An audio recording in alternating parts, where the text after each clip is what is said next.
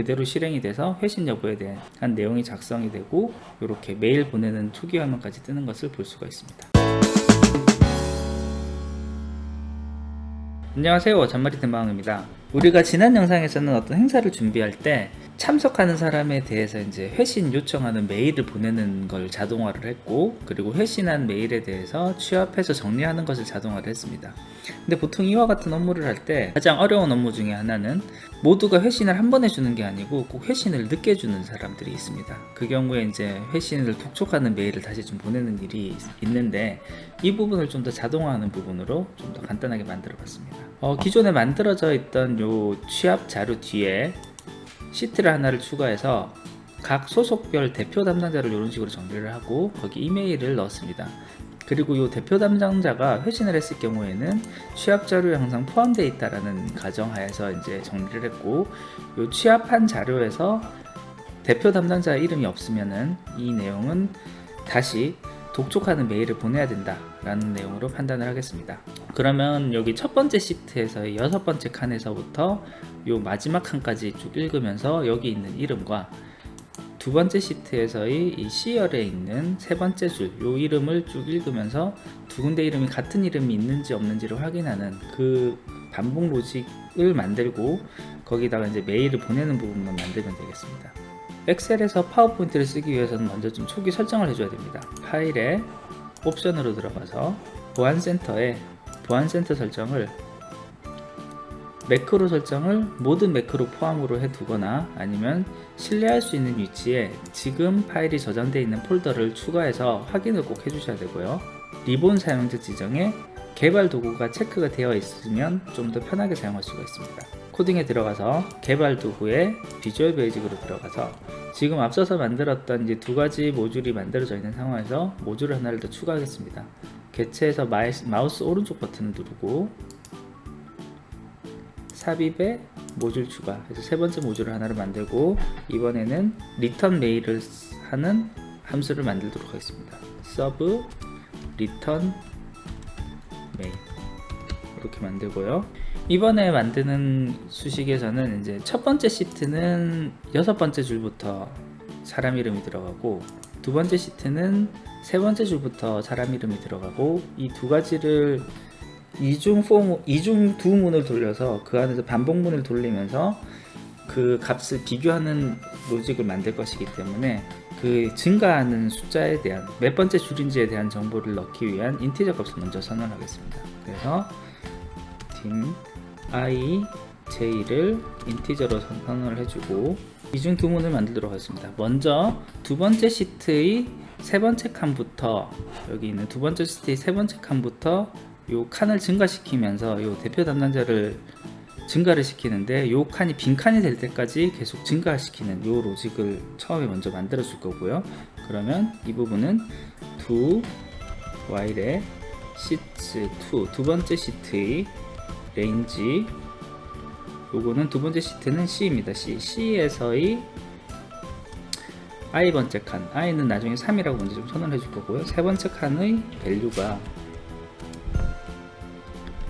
아무것도 없는 칸이 될 때까지 루프를 돌면서 반복을 해요. 그럼 i는 처음에 세 번째 칸부터 시작을 해야 되니까 i = 3을 선언을 해주고요. 그 다음 그 안에서 비교할 값은 요 첫 번째 시트는 6번째 칸부터 해서 이렇게 쭉 증가하는 형식이 될 거기 때문에 여기는 j = 6이라고 선언을 해준 다음에 여기에 두 문을 하나를 더 넣습니다. do while 이번에는 시트 첫 번째 시트의 레인지는 이번에는 B칸이고요. B칸의 여기는 I칸이 아니라 J의 밸류가 마찬가지로 아무것도 없는 칸일 때까지 루프를 돌도록 이렇게 두 가지 이중 루프 문을 만들고, 이중 루프 안에서는 값을 비교하고 판단하는 로직이 들어가면 되겠습니다. 이 구문은 비교적 간단합니다. 앞서서 이제 루프로 돌았던 이제 두 번째 시트의 C열에 있는 값과 첫 번째 시트의 B열에 있는 값이 같은 값인지 아닌지를 비교하기만 하면 됩니다. 그렇기 때문에 if 시트 2에 있는 요 값과 시트 1에 있는 이 값이 동일하다면 그때의 동작을 만들어주면 되고, 그리고 그때 end if 이렇게만 해주면 되겠습니다. 자, 이제 변수를 하나를 더 선언해 줄 건데요. 지금 이 두 개의 값이 같은지 아닌지를 판단하기 위한 변수를 하나를 더 선언해 주겠습니다. 이 함수는 answer라는 함수로 정해주고 ans로 정해주고 yes와 no의 값만 가지게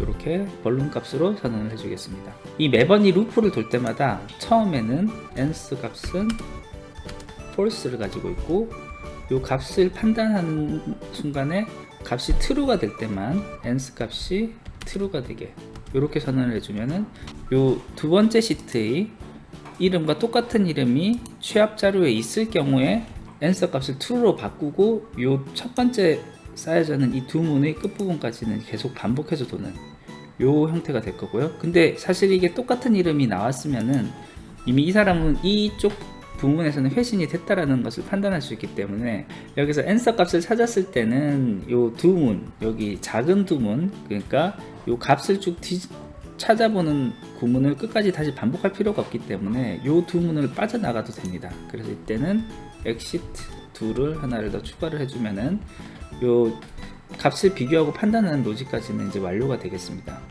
그 다음 해줄 일은 이제 회신이 있었을 때와 없었을 때, 회신이 있었을 경우에는 여기 두 번째 시트의 회신 여부 칸에다가 회신이라고 답을 달고, 회신이 없었을 경우에는 미회신이라고 답을 달고, 미회신의 경우에는 요 이메일 주소들을 모아서 나중에 아웃룩에서 바로 리턴 메일을 보내게끔 이렇게 구성을 해줄 겁니다. 그러면 이제 요 회신을 하지 않은 사람들에 대한 이메일 주소를 모아두는 스트링 함수가 하나 더 필요합니다.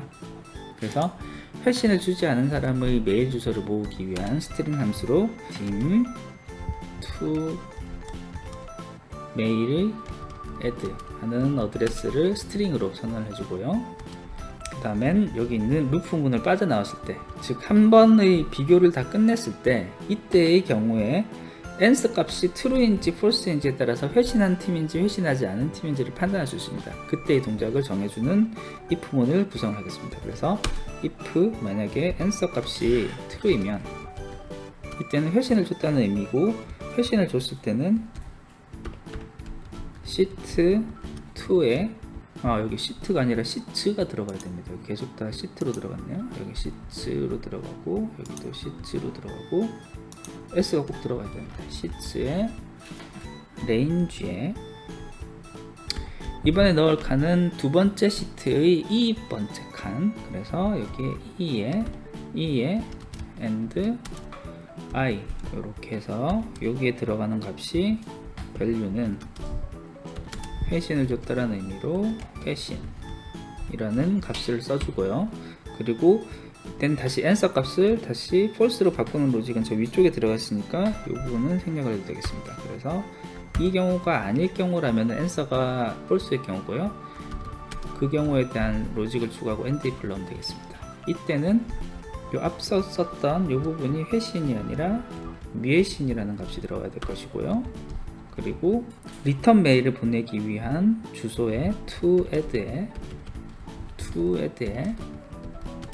이꼴 원래 있었던 to add 값에다가 and 그 다음에는 sheet의 별로에서 두 번째 시트의 D번째 칸에 이메일 주소가 있었기 때문에 range 걸로 D and i의 value에다가 그리고 and 요 주소를 치면 그 다음 주소를 칠 경우를 대비해서 그 구분자로 들어가는 세미콜론을 이렇게 넣어주면은 if 문까지 완성이 되겠습니다. 그리고 여기에 j가 6에서부터 하나씩 증가하는 부분이 들어가야 되기 때문에 do while 첫 번째 루프 끝나는 부분에는 j equal j 플러스 1이라는 항목을 추가를 해주고, 요 i의 루프가 끝나는 부분에는 i equal i 플러스 1이라는 구문을 다시 꼭 넣어줘야지 이 do while 문이 제대로 동작을 할 것입니다. 여기까지 하고, 그럼 제대로 되는지를 한번 보기 위해서 debug에 print to add 이렇게 해서 여기까지 한번 실행을 해보도록 하겠습니다. 실행을 누르면 순식간에 이게 회신, 미회신 이렇게 해서 슈퍼맨, 아이언맨, 잔머리 대마왕은 이 취합 자료에 있는 정보들에 대해서는 바로 회신이 있다고 값이 들어갔고, 그렇지 않은 메일에서는 여기 미회신으로 이렇게 값이 들어가는 것을 볼 수가 있습니다. 그리고 여기 밑에 직접 실행창에 보면은 요 회신 보내야 되는 메일 주소가 이런 식으로 들어가는 것으로 볼 수가 있습니다. 자, 그러면 이 부분이 이제 실제로 다시 아웃룩에서 리턴이 되는 부분을 만들면 되겠습니다. 이 부분은 앞서 만들었던 첫 번째 이메일 요즘 모듈에서 만들어졌던 부분이 있으니까 여기서 필요한 부분을 가지고 오도록 하겠습니다. 우선 이 부분 전체를 좀 복사를 해서 여기 붙여놓도록 하겠습니다. 붙여놓고 여기서 보면은 이번에는 워크북은 필요 없고 파일 네임 샌더도 필요 없고 오브젝트만 필요합니다. my outlook 오브젝트만 필요하고 메일 보내기 위한 앱메일 오브젝트, 이 두 가지 오브젝트만 이제 추가로 필요할 것이고요. 워크북에 대한 부분은 필요가 없으니까 이 부분은 다 제거를 하고, 필요한 부분은 아웃룩을 부르고 아웃룩에서 또 이제 이메일 개체를 부르고 이메일 개체에서 to에 대한 부분, 이 부분은 지금 우리가 만들었던 to add라고 만들어진 메일 주소를 바로 넣으면 될 거고요. 서브젝트에서는 여기엔 메일 내용을 조금 바꿔서 remind 회신 요청, 이렇게 안에 들어갈 내용만 살짝 바꿔주면 되겠습니다. 그리고 여기엔 파일 첨부를 굳이 할 필요는 없기 때문에 이 부분은 없애주고, 바디에 대해서도 들어가는 메일 내용은 메일에 쓸 내용을 간단하게 쓰면 되겠습니다. 회신을 재요청합니다. 이렇게만 해주면 이제 완성이 됐고요. 그럼 다시 여기 회신 여부에 대해서 이렇게 있었던 내용들을 다 다시 원래대로 삭제를 한 다음에 이 구문을 실행을 해보도록 하겠습니다. 이렇게 실행을 하면 회신 여부에 대한 조사가 바로 되고, 미회신 부분에 대해서는 이렇게 회신 메일을 보낼 수 있는 메일 초안이 이렇게 작성되는 것을 볼 수가 있습니다. 이렇게 만들어졌으면은 이 매크로를 간단하게 버튼을 하나를 더 추가를 해보도록 하겠습니다. 다시 회신 내용 이 부분 지우고요. 다시 개발 도구에 삽입에 들어가면 이렇게 버튼을 추가할 수가 있고요. 이렇게 버튼을 추가해서 이 버튼을 추가했을 때 함수는 rmail하고 연결을 시키게끔 확인을 눌러주고, 편집,